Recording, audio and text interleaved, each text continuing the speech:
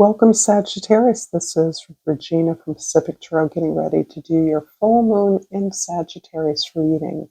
Special significance for you, Sagittarians, whatever placements you may have, or for any of you that are here now.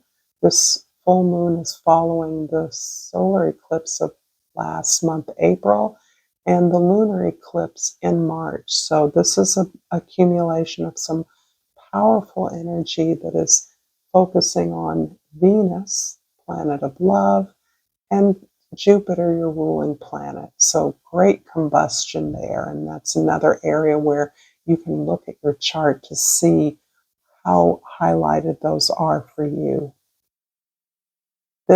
I do personal readings, and because these readings are so general, my hope is that most of you will be able to resonate with at least some of this reading. I appreciate comments when it does work for you, and I thank all of you who do let me know. Send me appreciations. It's greatly appreciated. Because of that, when you are considering a personal reading or requesting one, it is critical that you give me an idea of your concerns, your questions, and give me some context for that. The best readings, the richest readings, are when I don't have to guess at your conditions or what you need to know, what you want to know. When you're more specific, when you have a question, it doesn't have to be all limbed out, but it gives me a frame from which I can be more intuitive around what is helpful to you. So that's my spiel for today. Thank you again for those of you that are here, for those that support me in whatever way that you do. It's appreciated. Sagittarius, the Lady of Swords, the Queen of Swords, is your overall energy for the full moon. This is beautiful energy for your ability to detach yourself from the powerful feelings that are changing within you at this time. There is so much change occurring, so many opportunities available for you.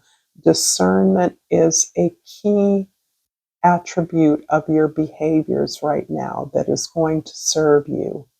You must consider, you must be curious about any offers that come your way, even in communications, your desire to learn about whatever it is you are engaged in is going to help to facilitate a discussion where you will learn something, you will gain information if you listen.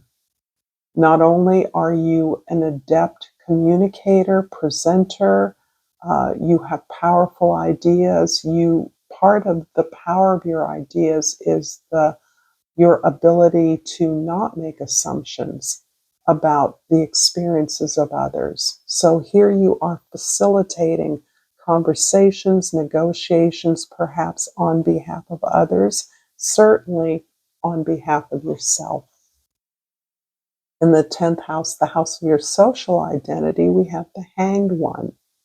And this is about a retreat that my senses tell me has been occurring for some time. You have been in a space where your feelings are so powerfully triggered by events and your own efforts at healing work that you have enjoyed your own company. You have enjoyed being in a space where you can simply be and appreciate that sense of beingness.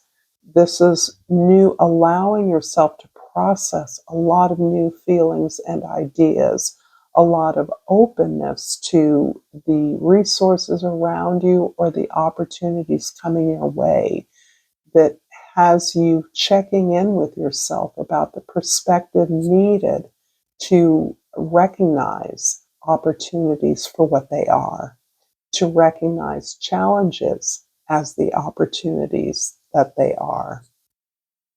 In the first house, we have the World card, and this is about concluding an old journey and beginning a new one, concluding a cycle. And this feels like you have actually been in a long cycle of change, of achievement, of accomplishment, and that is closing out. You are learning the lessons, you're receiving the reward and the recognition in some way.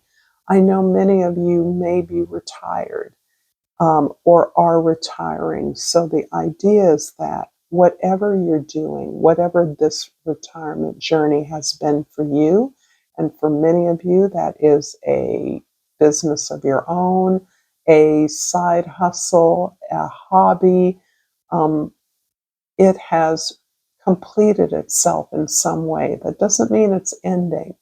It means that you are ready to start a new journey. This is beginning again. The path to achievement and accomplishment is starting over. This journey has prepared you for that. And as you accept those rewards, you're really keen to the skills you've developed along the way that are going to help you in this next journey. In the fourth house of your home, your soul, your foundation, we have the Magician. And this is really kind of emphasizing that many of you may be working in your home, as is now possible.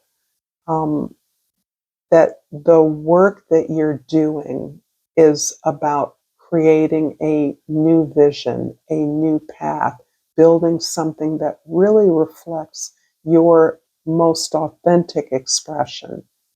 This is the gathering of a lot of courage, a lot of energy, a lot of clarity about who you are and what your talents are, and really setting up the conditions for you to close out this old life and simultaneously be reborn into a new one.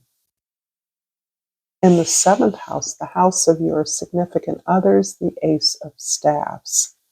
This is indicating a new beginning, a new partnership, a new alliance, or learning more about what partnerships or connections really inspire and motivate you to move towards the world of your dreams.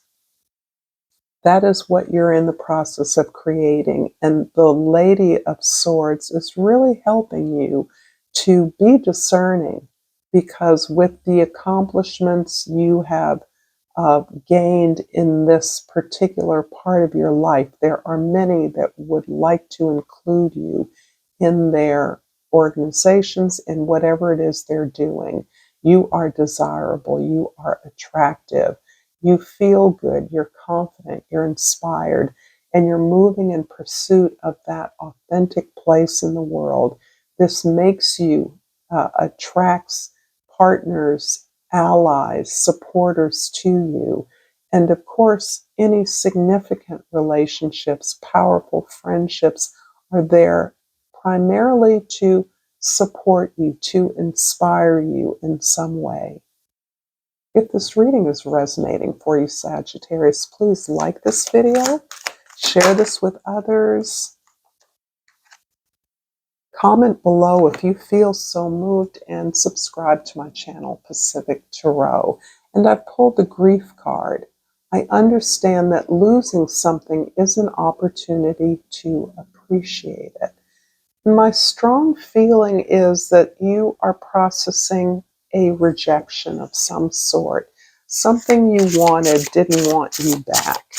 And understanding that that has been a blessing in disguise or a bullet dodged, however you see it, is part of what you are processing at this time. Truly letting go of something that you know you felt deeply for a long time was meant for you. I'm going to pull a hummingbird oracle eventually, and I pulled Keen Vision. As you sharpen your focus, the course ahead becomes clear. Love that. And I'm going to clarify the world in the first house with the Knight of Coins in the second house and the Eight of Swords in the third house. You're all about building up from your accomplishments. You're leveraging your accomplishments, your contacts, the skills you've developed into a plan or a proposal for what it is you want to create. You're really looking at the environment you have with new eyes. You're cultivating new eyes, new appreciation, a new understanding. You're enlightened in such a way that you're taking your familiar environment and you're really recasting it, re-envisioning it, re-empowering it with a vision that is unique to you. You may be privy to the opinions of others, the thoughts of others, uh, experiences that you've had that have gained you some strategy, but this is actually, at this time, working against your retreat, your solitude, blocking out all of these voices, shutting down your mind from overthinking, from constantly distracting yourself from what it is that you're moving forward towards as part of the challenge that you're experiencing in this house of communication, in how you learn.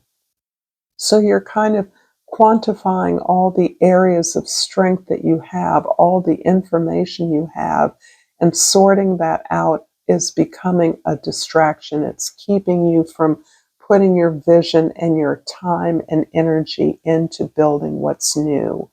And that's part of the opportunity of a retreat, is the chance for you to focus free from all of the distractions of your daily life, however you can achieve that. The magician in the fourth house is clarified by the Empress in the fifth house and the Nine of Cups in the sixth house. Yeah, it feels to me like you've struck a gold vein in your experience. You have returned to something that has always been there for you. For many of you, this Empress empowerment is your talent, your gift. Joy, communication, creative expression. You're all about communicating. That's coming through very clearly. That can be through music, through art, through a business, through teaching, however you do that. This is what gives you ultimate satisfaction and completion. It's as though your ability to narrate your experiences is what gives you the joy, what allows you to look at what may have been a very difficult road, uh, some humor, some joy, some irony, some imaginative, detailed, beautiful uh, filling in the blanks of your story. There's a strong sense that you are expressing yourself in a powerful, creative way, and then you're stepping back and allowing yourself to receive the rewards and the recognition for that. Knowing how to do that, knowing how the creative process works for you, is what is giving you joy and satisfaction. Many of these things you've done unconsciously for much of your experience, but now you are conscious and aware, which, after all, is the goal of spiritual evolution. Whatever you do, be aware of what it is you're doing, and your creative process is unfolding for you similarly, to such an extent that it's having a decided effect on your personal life. It's impacting your routines, your habits, where you go, what you eat, how you go out into the world, what you need to sustain yourself in an efficient and productive way. The Ace of Staffs in the seventh house is clarified by the Seven of Cups in the eighth house and the King of Swords in the ninth house. So here we have a divine couple, a lady, a queen, and a King of Swords. This is in the area of your evolution, your spirituality, your ability to communicate, present your ideas. This can be through social media. It can be in a one-on-one real life scenario of a classroom, a conference, wherever it is you're presenting your ideas, you're presenting your proposal for something new. There are many, as I said before, who are attracted to your fire. They're attracted to your energy, your openness, your growth, your sense of adventure, your lust to move and enjoy life. However, all of the offers, the hits, the um, dates, perhaps, if for many of you that are actively social, are not distracting you from what you know is a longer term benefit for you. You're able and welcoming of friendships. You're very clear that friendships only need to be friendships.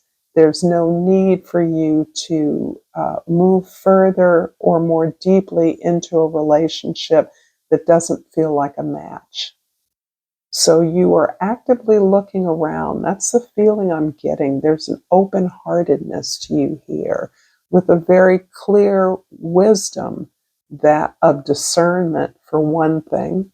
You are understanding that everything that looks good or maybe doesn't even look that good is for you.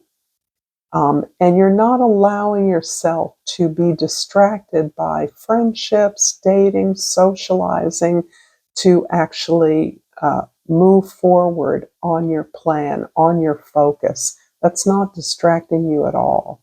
In fact, it's giving you opportunities to share what it is you are developing with others. All of these contacts, new and old, friendships are ways that you're leveraging your messaging, your proposal, your request for help, whatever it is you're seeking. In the 10th house, the Hanged One is clarified by the Knight of Cups in the 11th house and the Judgment card in the 12th house. With an interest in building and developing the plan, the steps of your plan, is also, again, this open-heartedness. And this is really not so much about your personal relationships and friendships as it is about your connection to a broader world, communities perhaps around the world, or various associations or groups that you belong to that share your humanitarian vision. This is something that is opening up to you as a possibility for friendships, partnerships, relationships. And it's an area where you may simply run into an opportunity that you've had before, a relationship that you've had been engaged in before, but one that never got legs, one that never came to any kind of fruition, one that might have simply been a friendship. Instead, you are recognizing again, my sense is that you recognize this opportunity long ago in the past, but let it go. And you're actually to a place now where you understand what's at stake in this opportunity, and that now, as opposed to the past, you know how to make this a success. This is about your destiny. This is about your path. And your self-expression is on target to meet your destiny here. This is something that is tucked away in the back, perhaps old friends or an opportunity is percolating for you behind the scenes. But your openness of expression, your satisfaction with what you're doing, your happiness, your pleasure in what you do, no matter how humbly it is opening up the possibilities for a do-over, a resurrection, a reconciliation. I'm going to pull a yogic path oracle for you, Sagittarius. And I think you know how much I am loving these cards and an opportunity to learn about new spiritual traditions that I am less familiar with.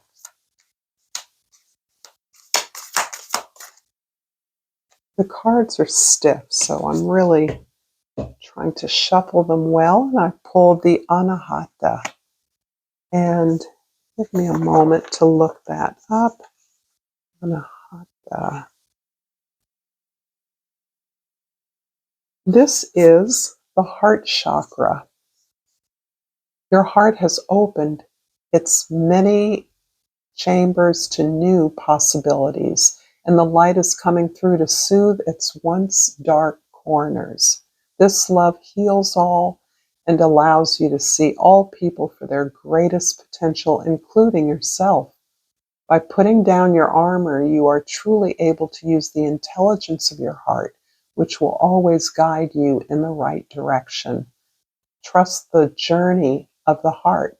It may not always make sense to the mind, but it is aware of possibilities the mind cannot yet envision. When you truly live a heart-centered life, there's nothing left to fear.